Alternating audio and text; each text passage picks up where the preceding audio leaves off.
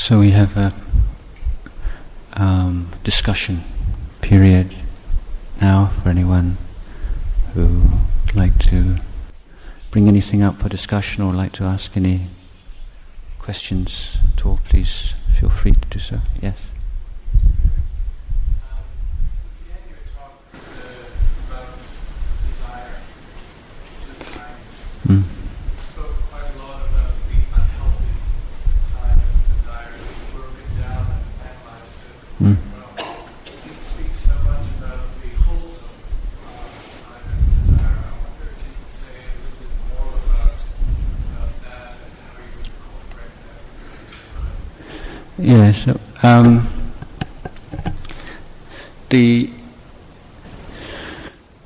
the wholesome kind of desire, which has the technical term, the technical name of chanda or kusala chanda or dhamma chanda. To backtrack a little bit, the word chanda itself in Buddhist psychology is not an exclusively positive term. It basically means the will towards, but here it's used in its meaning of the will towards either goodness or truth. So those are the two objects of this form of desire. So the urge to understand, to penetrate the truth of things, the urge to act with kindness and compassion, with wisdom, and so on in one's life, and that sense of being inspired by goodness. I think that's something that many people will be familiar with. That when one begins to follow a spiritual path in whatever way, then one's appreciation of the beauty of goodness, even in its quite mundane, everyday manifestations, becomes much enhanced.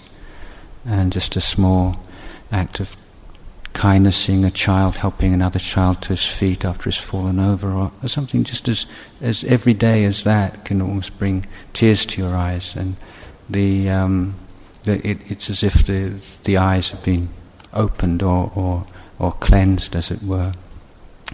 And the extent to which you see and are impressed by and inspired by goodness, then that's to that degree, then you try to incorporate that in your life, and the extent to which you're willing to make sacrifices for that without expecting anything in return.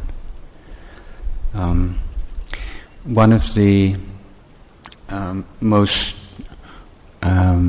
commonly referred to, taught groups of dhammas that the Buddha is called the four paths to success, as it's called, and it's the teaching which is most commonly used when monks talk about education and give talks to school children, because it's considered to be the virtues that a school child or a student should endeavour to develop within themselves. And the first one of those is chanda, or is that will towards study. And I think in this particular case you can see again the connection to wisdom and intelligence, in the sense of finding ways to enjoy studying. Is that's very significantly the first one of this group, because if you think that what you're studying or your job or anything is a chore and you don't enjoy it, then you're always sort of going against the grain, and you get fed up after a while and lazy or whatever. But if you can teach children, students, or anybody really, that with regards to your particular responsibilities, to be able to find a way of looking at it, an attitude of enjoyment and liking, love for what you're doing, for it in itself, then that power of chanda arises. In the working world, then the way this, or we often talk about this as difference between working in order to get your money at the end of the week or the end of the month, and working in order to enjoy, the work as itself.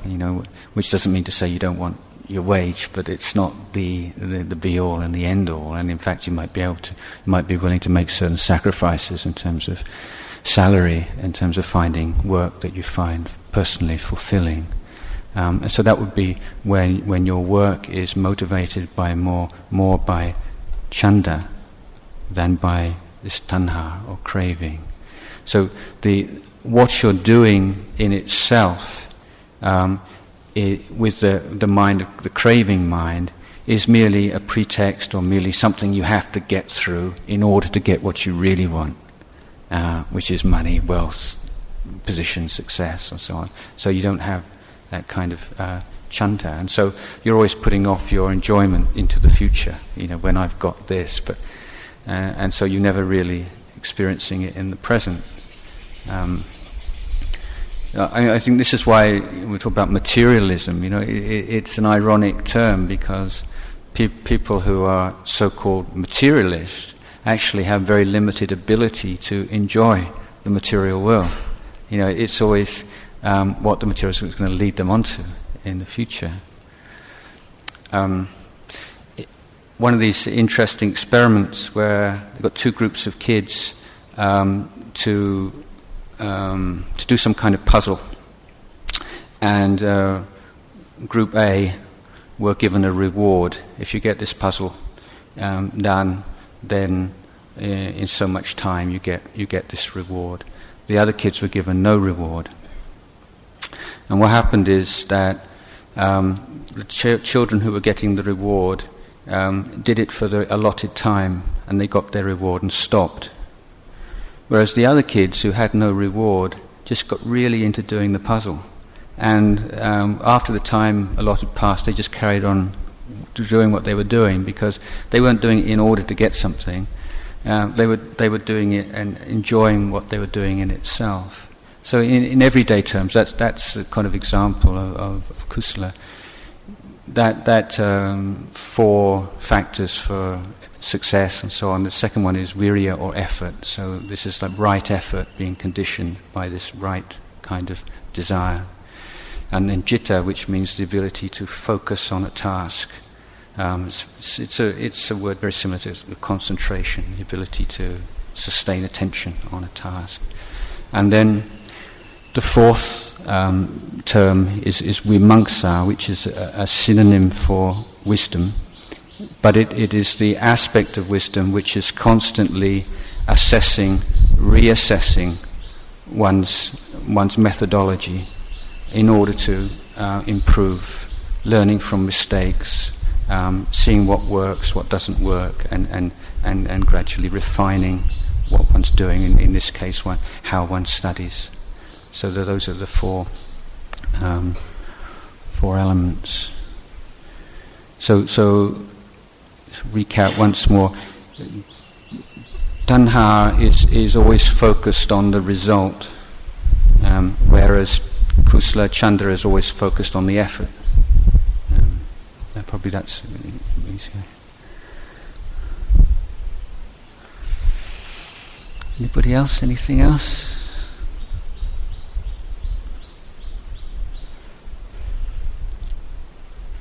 Yeah.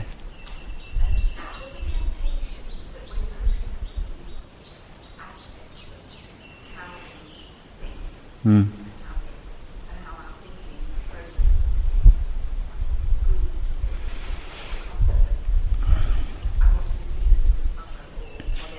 Mm.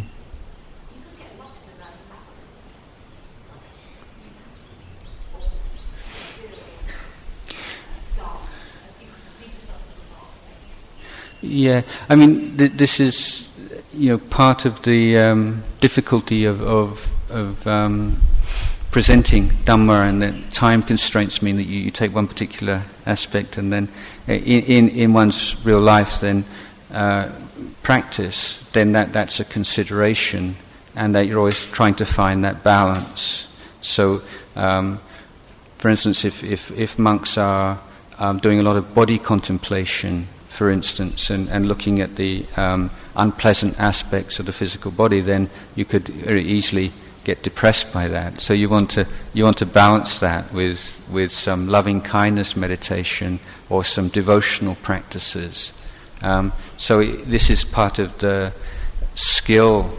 One of the skills that you develop is that kind of sense of what's going on, and is there a balance here? And this is getting too much emphasis on the negative side, or getting too carried away with the positive side, and trying to find that sense of balance.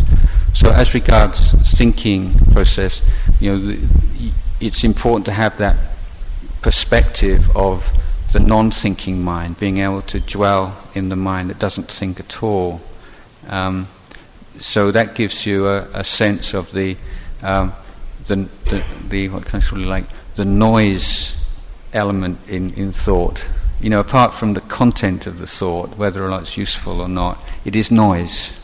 And so some noise is useful, but your ability to pursue a line of thought and a theme of contemplation will be much strengthened by the ability you develop in meditation not to think at all, or to be able to let go of thinking.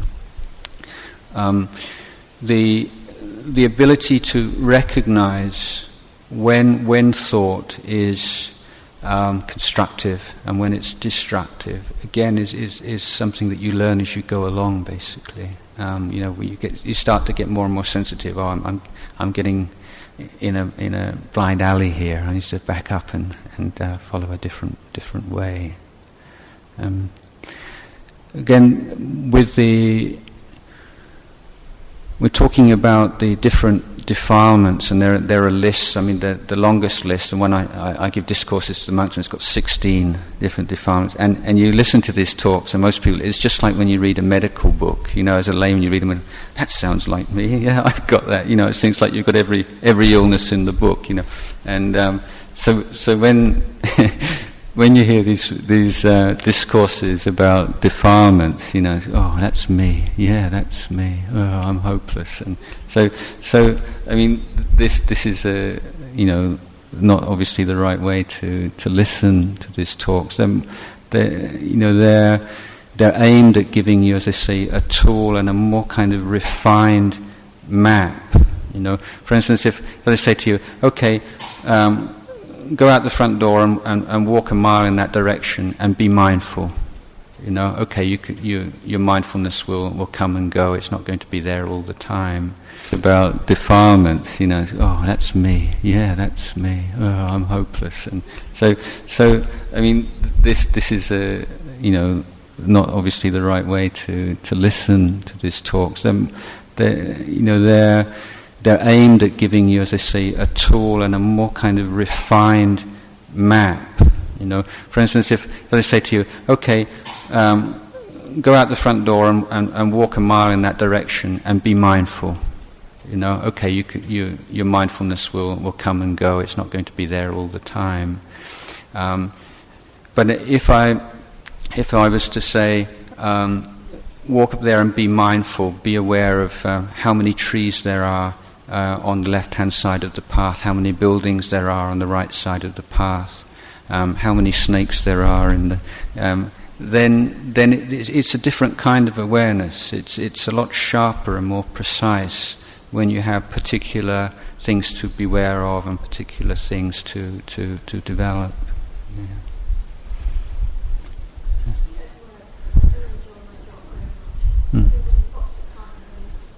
Driven by the bottom line. How would you be able to tell your boss that you know that it actually was wrong, and the boss is full of big evil, and I know honesty is good, but how to be honest and yet with compassion. And it's very hard when you enjoy your job. At the meantime, you also have to incorporate with the bottom line of the company. Yeah. So how do you do that? And how do you be honest with your boss that, wait a minute, you can't do that, which I'm sure a lot of times it's quite difficult. Yeah, I mean, it's a little difficult to answer in that, companies and corporations have different kinds of cultures and different kinds of standards of what's acceptable, what's not acceptable, and what can be spoken about and what cannot be spoken about. And so I don't know your particular situation in itself, but yes, I'm going on to say that the general principle of good communication is that you're specific. You talk about specific problems, not sort of generally. It's just too tense. We're always, being rushed on the bottom line. Or when you speak too generally, then about a problem, then somebody in authority will generally just try to defend themselves. It makes people defensive.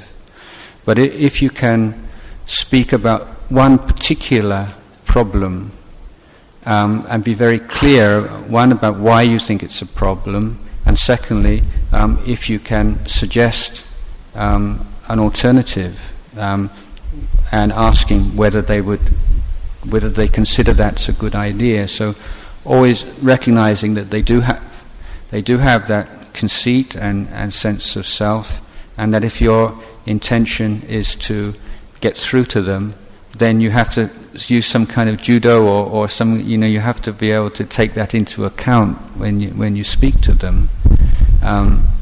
But if you make generally, if you make a point about some specific event, some specific project, some specific process that you feel is having a detrimental effect on your performance and on people around you, then it's easier for someone to take that on board. Okay, and of course, the best thing, is when you can you speak in such a way as that your boss just sort of says, "I'll think about that," and then next time you have a meeting, he says it like it's his idea. You see, that's when you've got the technique down. So,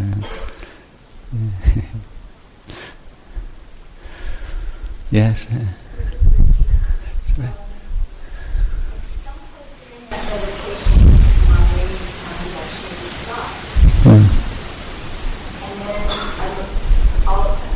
it was so unusual. It was so lovely. And then, wow, my mind stopped. Oh gosh, this is great. And obviously, it wasn't stopped anymore. And then I spent the rest of the time, how do I get back at that was so lovely. Oh, at that time. Is it a way to... I think we've all been through that one, and most people who've meditated for some time, and I appreciate. I mean, when I was a very young monk, we all, our community, we all went to see Ajahn and all speaking about this kind of things and meditation, and he said, I feel like Daddy taking his kids to the zoo, and he said, "Look at that, an elephant! Look at that!" And he said, "Yeah." It's like seen it all before. Basically, it's just something that you have to go through a few times, and until you really see it's not going to come back because you want it to come back. Wasting your time, and probably wanting it to come back is going to make even more sure that it won't come back, and that just to be patient and to bear with this, and at least to have gain from it that kind of confidence that I can do this. If the causes and conditions are ripe, the results will come, and you want to be able to derive the benefit of increased commitment and interest and devotion to practice, then something good from that will come. When you do have that kind of experience, it is worthwhile in non-meditative, not during the meditation, but afterwards, just to look at the kind of the things that led up to that, the supporting conditions, which you may be able to recreate without that, now I've got it all set out. But there are certain lessons to be learned about from the times when our mind does become more peaceful. When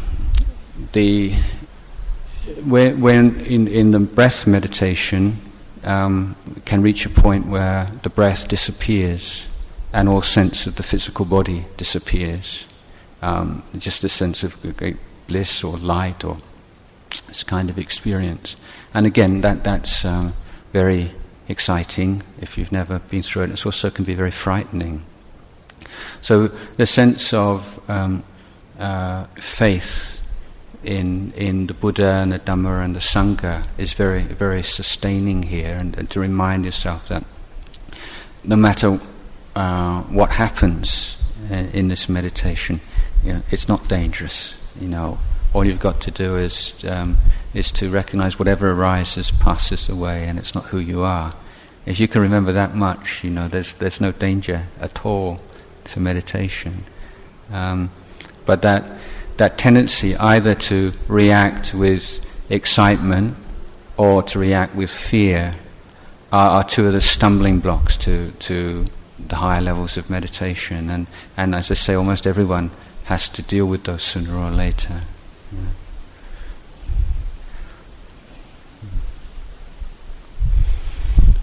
That stage is also similar to what you said about Dhamma, Yeah. You want to be able to reach that deeper stage again. Yeah, sure. Realize that that's part of the unwholesome craving. Yeah. That you want to be there, you can't stay at that particular moment. Yeah, sure, yeah. Yeah, I mean, there's we want to distinguish those kinds of cravings. The craving to have that kind of experience, which is more the Gama Tanha, and then there's the experience to wanting to be someone who's on that level, who can have that kind of experience. So that's the Bhava Tanha. Yes, it is. Yeah.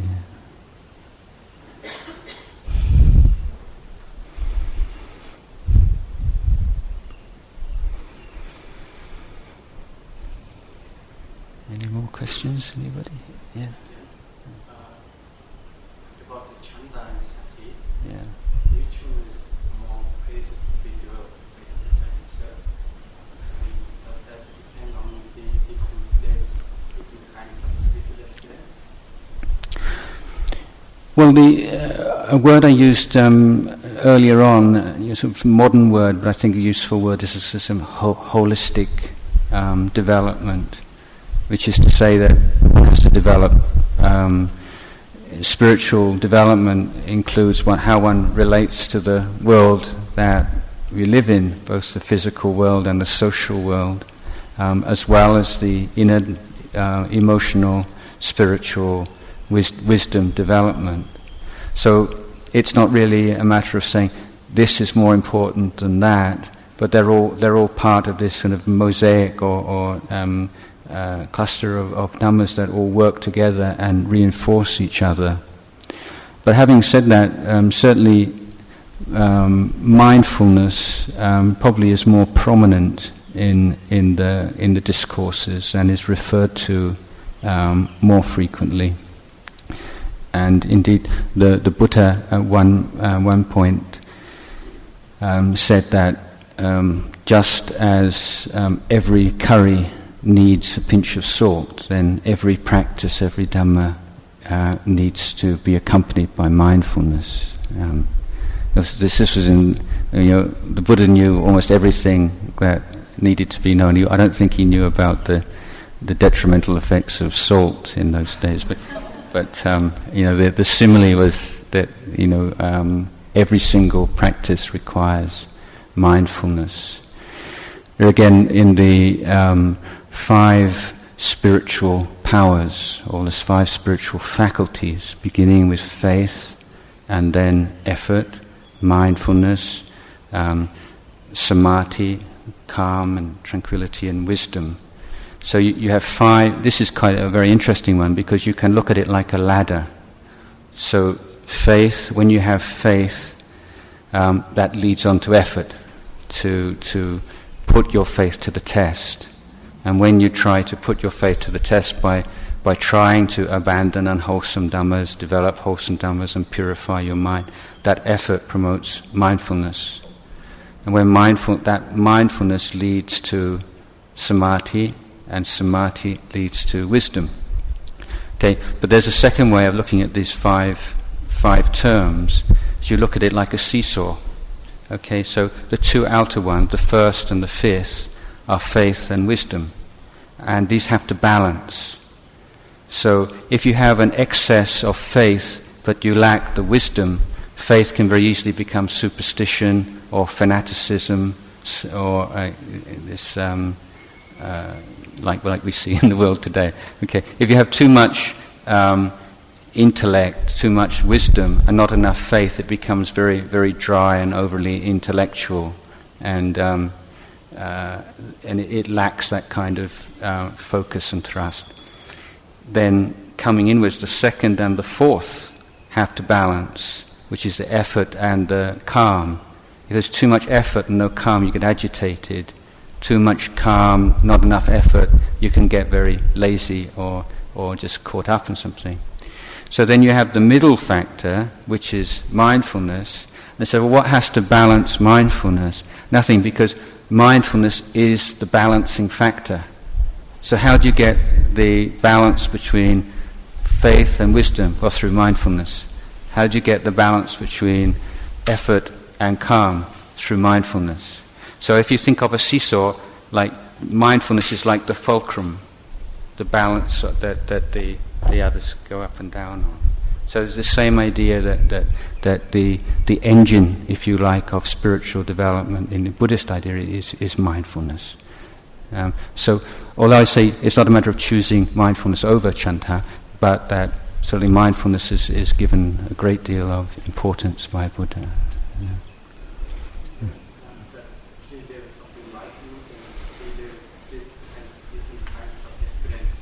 Mm. So I had the kind of feeling that for Ajahn Buddha or for the Buddha, sati is not very important. What chanda would be more.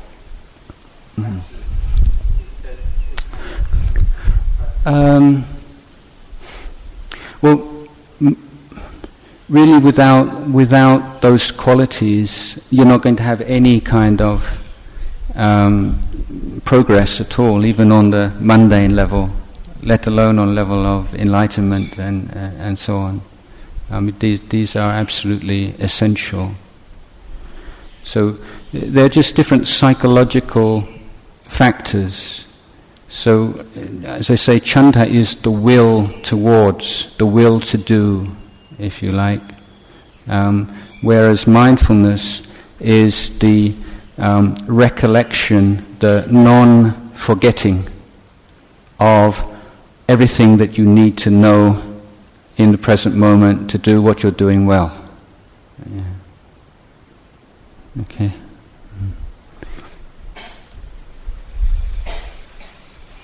Anybody else?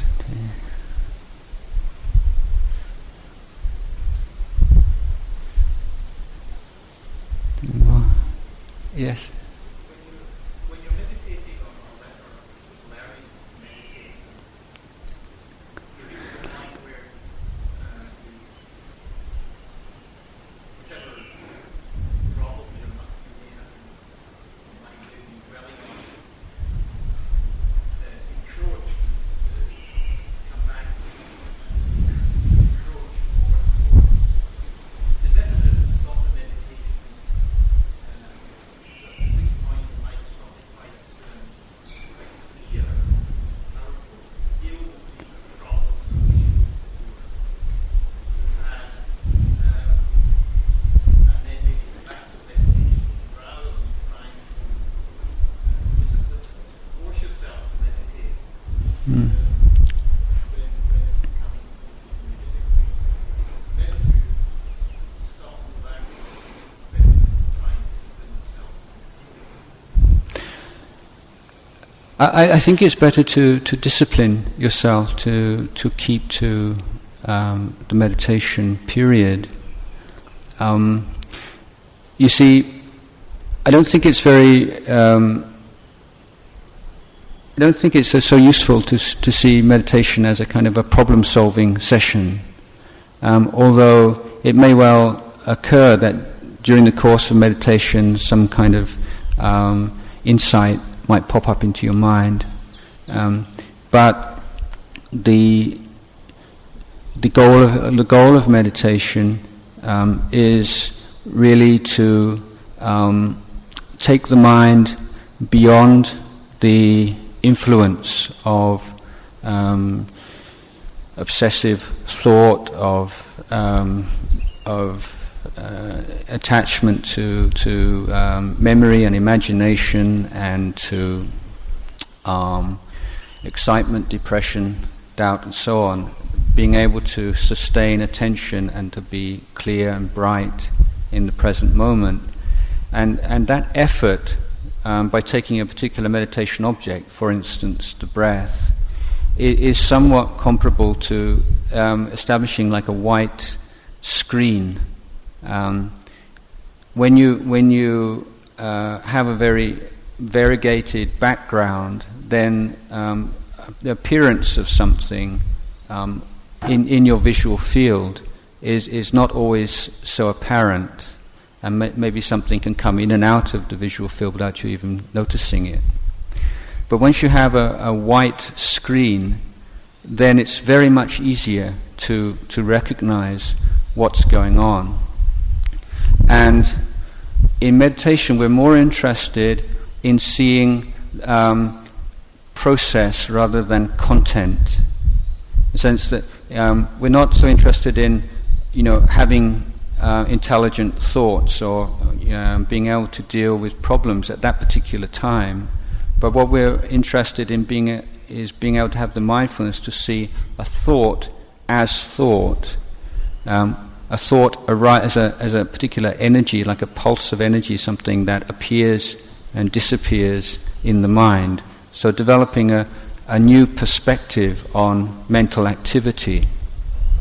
But once the mind has been trained in that way, as they say, then outside of the meditation period, after you've been meditating for a while, just sitting quietly, that may well be a time in which you may take up some particular problem or some particular issue.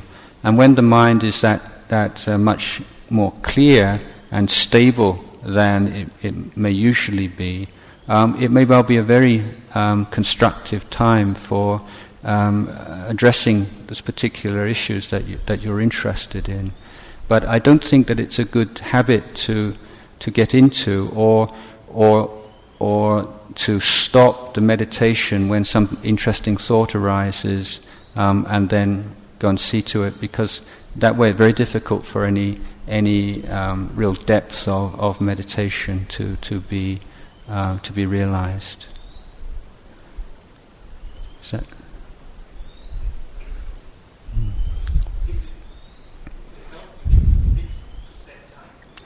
Yes.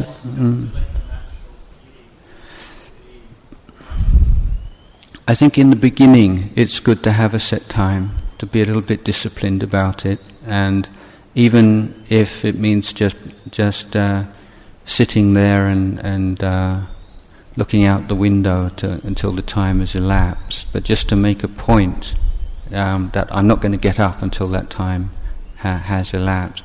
Once you've been meditating for a while and you have a certain proficiency, then you may well get to the point where it's more of a problem, getting up, that you don't want to get up anymore, but you've got to go to work or you've got to go and do something else. But even if you haven't reached that period, then at least if you're not going to be jumping up after a few minutes because of some pain, some discomfort, some irritation or something or other, because our minds are very tricky, and they can find all kinds of rational reasons to stop meditating. So I mean, often if people ask me in its initial stages what is a measure of success in meditation, I'm saying the willingness to keep doing it.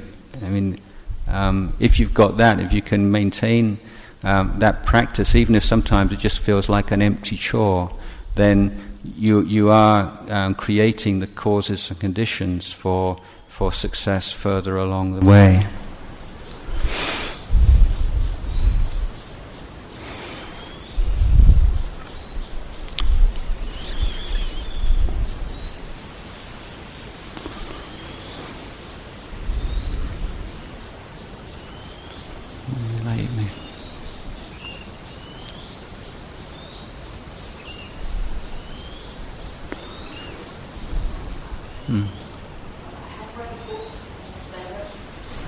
During the meditation, your mind very still and calm, not great like mindfulness, but also not wandering around.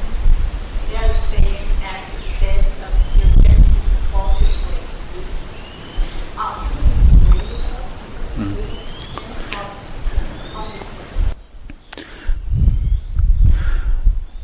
Well, you see, our mind knows extremes. We know the extreme of thought and endless thought, agitation in the mind, and we know the dull and sleepy state. And so the challenge in meditation is to develop the ability to dwell in that state which is neither agitated nor sleepy. This is the state of mindfulness and awareness. Now, in the effort to develop that state, you're going to have difficulties. You're usually going, if you fail, you're either going to fall into the extreme of agitation or extreme of dullness. In the beginning, when people first start to meditation, the main problem is agitation. But then when you push past agitation, then the dullness becomes more and more of a problem. Okay, so it's basically natural to everyone in meditation that they have to, sooner or later, they have to deal with these things.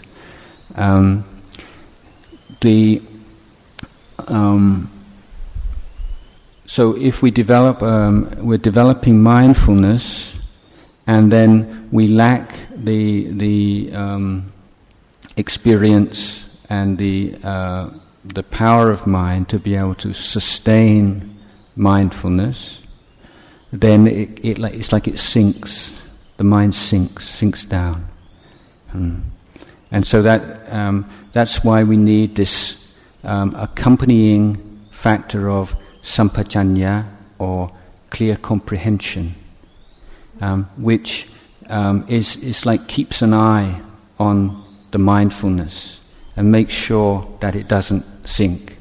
Okay, so the simile, one simile the Buddha gave is someone is walking with a big bowl of oil like this, and on one side there's like beauty queen, and on the other side a sort of crowd of people shouting, and then behind is a man holding a sword, executioner, and if one drop comes down, they chop off his head. You see. So try and imagine yourself in that situation, and what kind of attention would you need to save your life?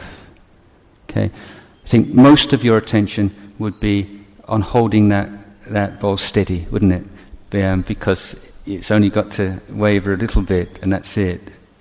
But at the same time, you would also, I think, every now and again just have to glance ahead to see the path you're walking on, to make sure that it's level, that there are no bumps, or because even if you're holding this very well, you come to a step, or you come to a hole in the ground, and it's all going to fall.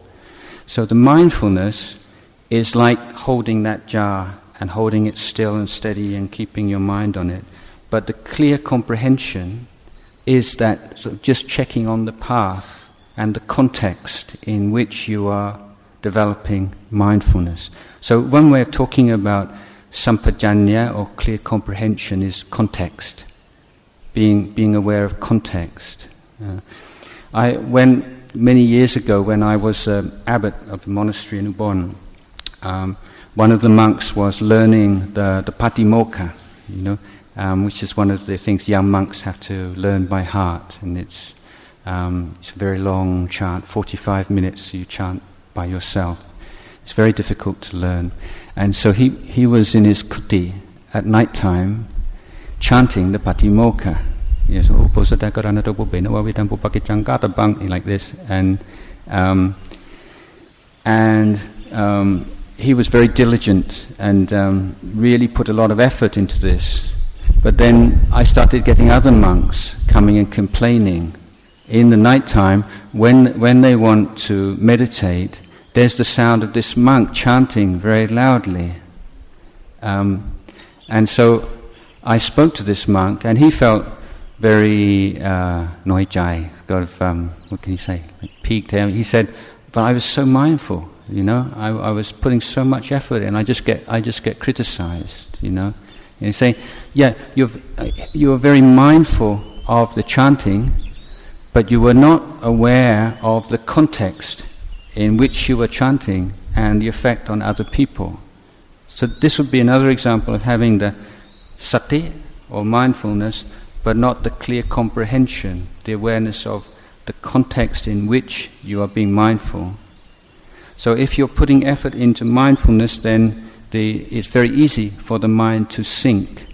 And so the sampajanya, this is wakefulness, being awake with the meditation, is very important. Now, something that seems attitude to meditation, which seems to encourage this dullness or sinking, is one where you don't give importance to this sampajanya and wakefulness, and secondly, in which your attitude is too much of pushing and concentrating and using effort and using will on the meditation. That seems to make this dull state of mind more likely to arise. And I think this is what Ajahn is criticizing. So I think we must distinguish between the wrong attitude to meditation and the technique itself. I don't think that it's fair to criticize the particular technique of, say, breath meditation, but merely that people approach it in the wrong way sometimes. Sometimes, when you're meditating, just to sometimes like a word that you kind of release into the meditation. It can be a word like let go if there's too much holding, but also in dern you, ru you, something like this, just to bring your mind back. Yes, how awake is the mind? How bright is the mind? Sometimes to have a little word, just to check. This is the wisdom faculty, which in this particular case we call sampajanya. Yeah, okay.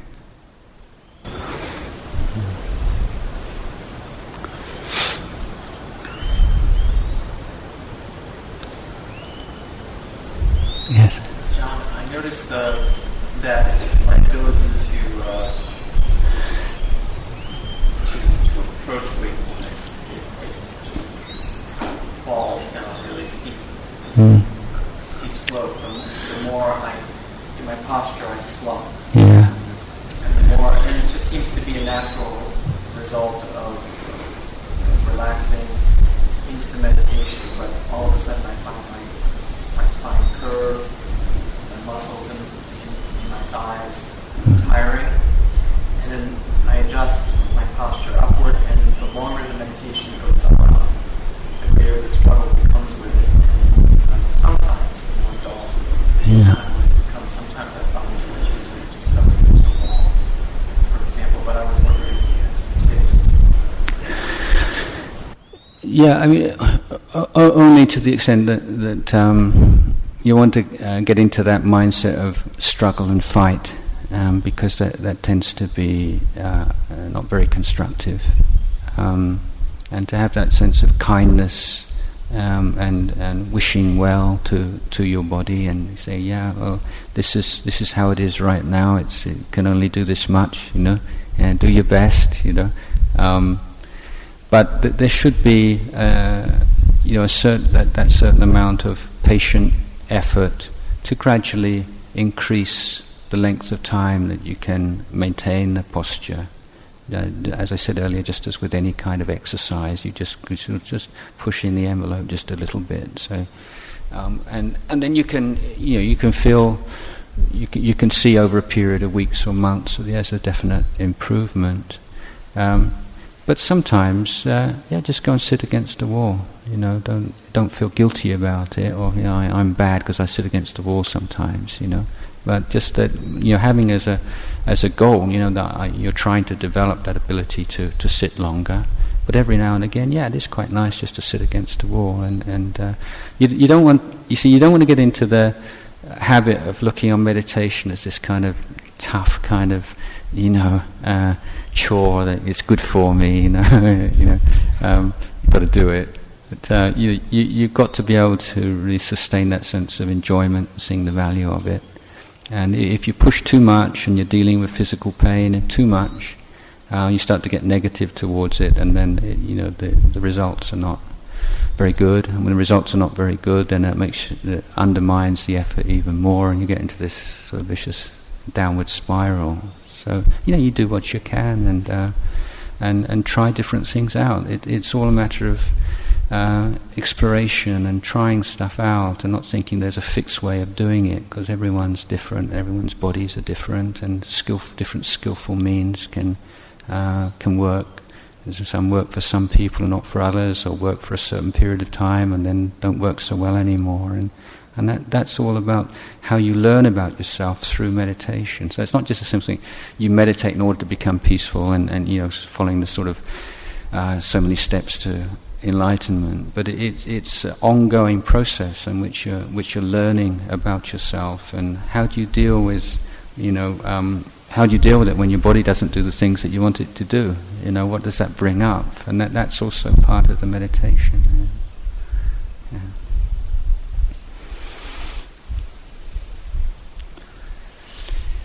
Anybody else?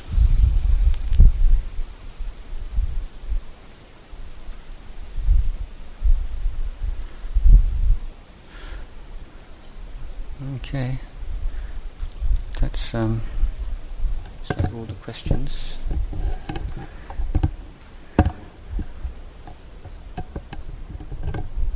On the last few occasions, after we finished, people who are not rushing off want to go for a walk and just enjoy the countryside and the fresh air for half an hour or something, then I'm very happy to take you for a shortish walk up to the hermitage where I live. Leave that up to you. If you'd like, you're very welcome. Otherwise we can end the session. All right.